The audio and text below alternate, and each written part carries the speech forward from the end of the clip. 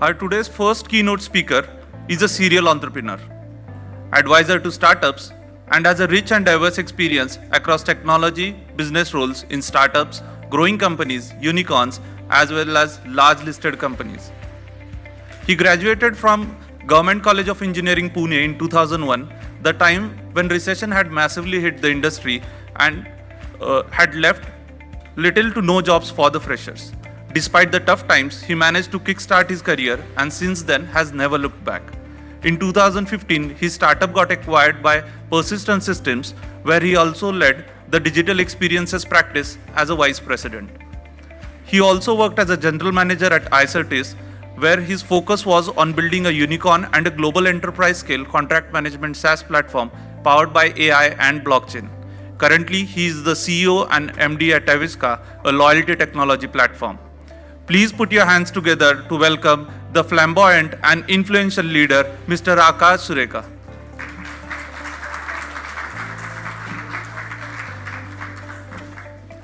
Thank you. This is what happens when you have friends who are introducing you and they're going to call us, flamboyant. But thank you so much. I think it's a bright morning, nice weather outside. Really glad to be here. Congratulations, Ayush, Praveen, and the entire family for this book launch. And you can see Ayush, right? He's so humble when he's even talking. His book is getting launched. He's talking more about traffic rather than his book, right? That's how humble he is. So good to see all of you. This is going to be extempo because it's a friend's book launch. It's not a deck or a prepared speech per se. But, I think a lot of people, and I was talking to, a lot of dignitaries here, all of you, most of you come from technology and products background. And I don't know if you got a chance to read the book yet, if you got the copy earlier, but I was just kind of glancing through the book. I didn't get the whole time to go through the entire book, but I was looking at chapter by chapter, chapter by chapter, chapter by chapter. It's like, if I give this book to any dev person or any product person in a company who is maybe starting his or her career, this is a perfect book. I have not seen such details laying out on a sprint planning, on velocity planning, on your outsourcing versus in-house doing, testing, performance, GitHubs, everything. I think SDLC is included everything else, everything in the book which is kind of important for any technologist on the planet, right?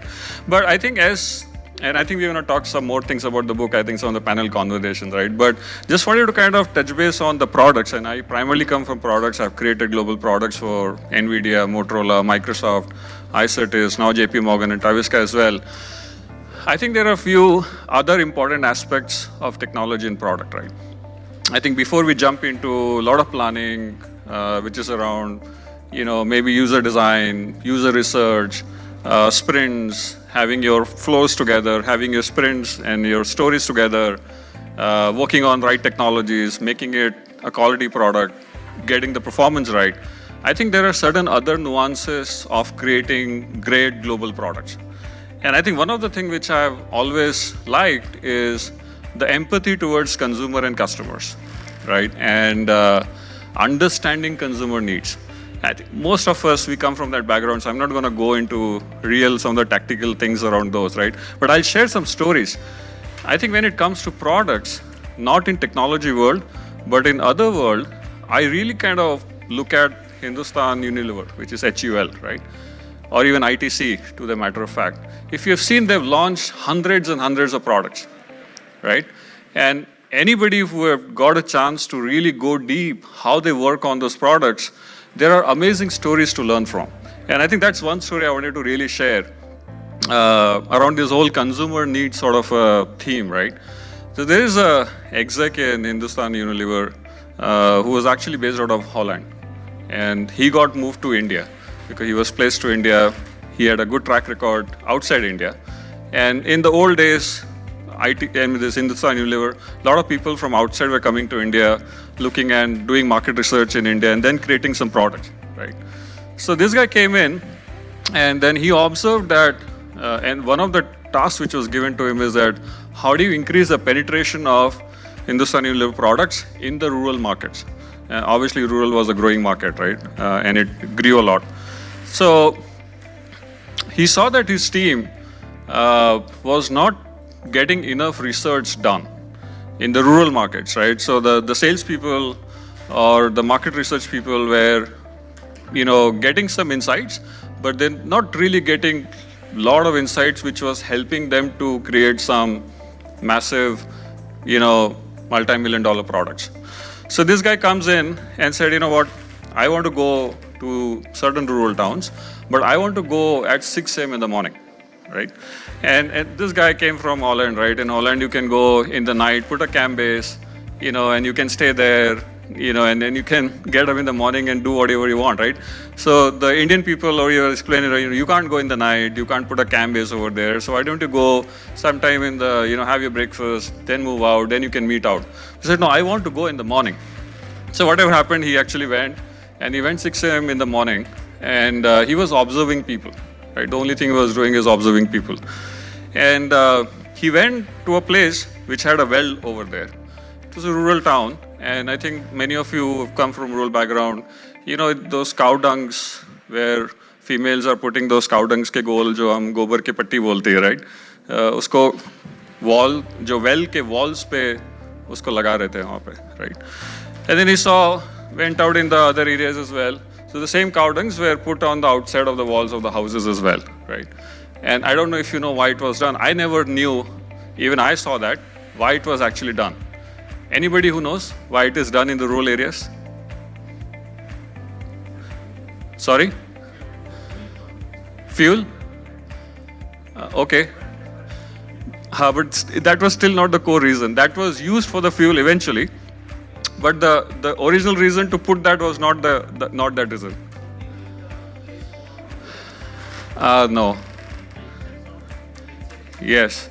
So it was actually for mosquitoes and flies to keep it away from the houses, right?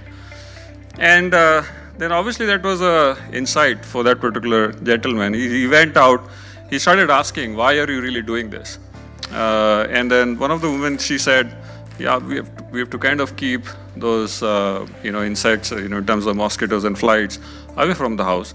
Then he started deep diving more and trying to understand why do people want to do that, right? And obviously there were a lot of deaths because of malaria there, because of mosquito bites, because the water was stale, the environment was not good, the air was not good, blah, blah, and so on, right? He came back, after doing all those insights, right? Getting up 6 a.m. in the morning as an exec, getting his hands dirty, understanding what people are doing, observing what consumers are requiring, understanding their needs, right? He comes back, launches 4 products, right? The core problem was those cow dung cup plates which are getting pasted on the walls, and the core problem was keeping mosquito flies. But as you observe the whole journey, the journey started from the well, right? There was a water, women going to the well, using the water to do some clothes washing, understanding there are cow dungs pasted there as well, then going back to other areas, to the houses, understanding there are cow dungs posted over there, understanding another problem, there are flies and mosquitoes, understanding one more problem, that there are deaths because of malaria, people are getting infected. This guy comes in, launches 3 or 4 products. One of the products was Lifebuoy, by the way.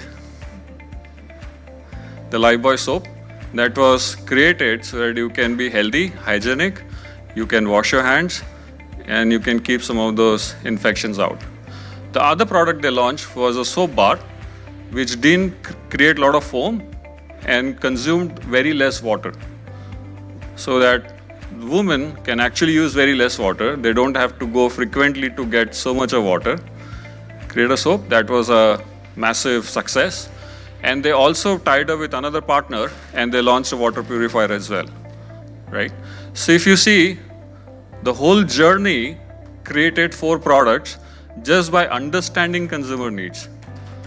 And Lifebuoy is a good example. Even the other brands, kind of went out very well and they're like minting a lot of money, right? So what I'm trying to say is that while creating technology in products, one of the important aspects, a lot of technologists which miss is understanding really consumer needs, having that empathy with the consumer and the customer.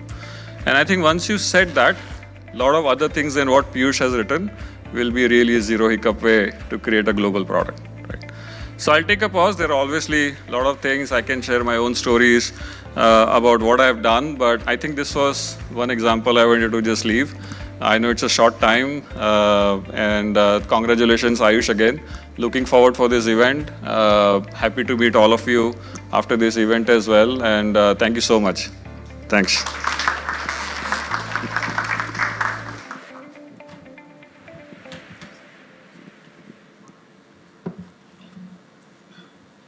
Thank you, Akash. Thank you for explaining us the value of understanding the consumer needs. So definitely this is a good takeaway for all of us.